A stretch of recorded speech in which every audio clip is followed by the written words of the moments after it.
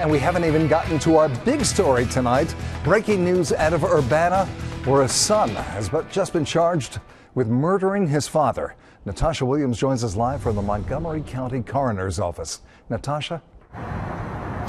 We are live at the coroner's office where they performed that autopsy today on the body of 65-year-old Jerald Myers. Now, late tonight, they charged his son, 38-year-old Christopher Myers, with his murder. And we spent the afternoon in Urbana in the victim's neighborhood talking to his neighbors, and they tell us they are shocked that something like this could happen so close to where they live.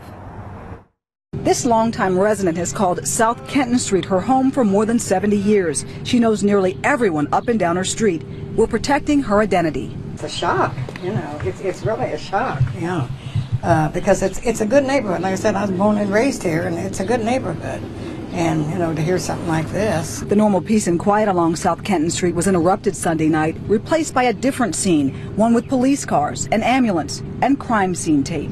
My niece and I, we was out here talking last night, and when the ambulance came, and I told my niece, I said, oh, they're at Teresa's, and then they came out and shut the flashers off, and I told my niece, I said, well, that was strange that they did that. Strange and what police are calling suspicious. They're not releasing a lot of information, but what we've been able to find out here has many in this Champaign County village alarmed.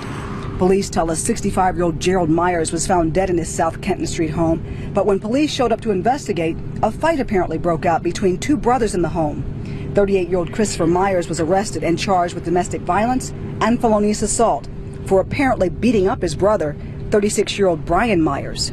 I just can't believe it. Russell Jackson has known Jerry Myers for years. He says the fact that someone would hurt Jerry is surprising enough, but the fact that a family member could be involved is unbelievable.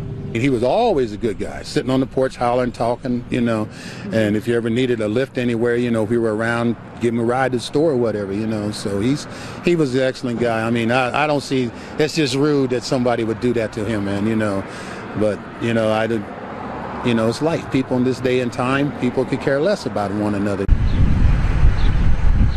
Back in the neighborhood, life goes on, but not without questions from those who know and care about the Myers family. I've heard that, you know, there's been a lot of problems in that family. She's a wonderful person, but as far, you know, like I said, all I know is her and her grandson, and they're both really wonderful people, yeah. Okay. Now, she's talking about the victim's wife. We did reach out to the family. They did not want to comment about the situation. Now, as for Christopher Myers, the victim's son, he will be in a Champaign County courtroom tomorrow facing 2 counts of murder and 1 count of felonious assault. Reporting live in Dayton, Natasha Williams, ABC 22 News.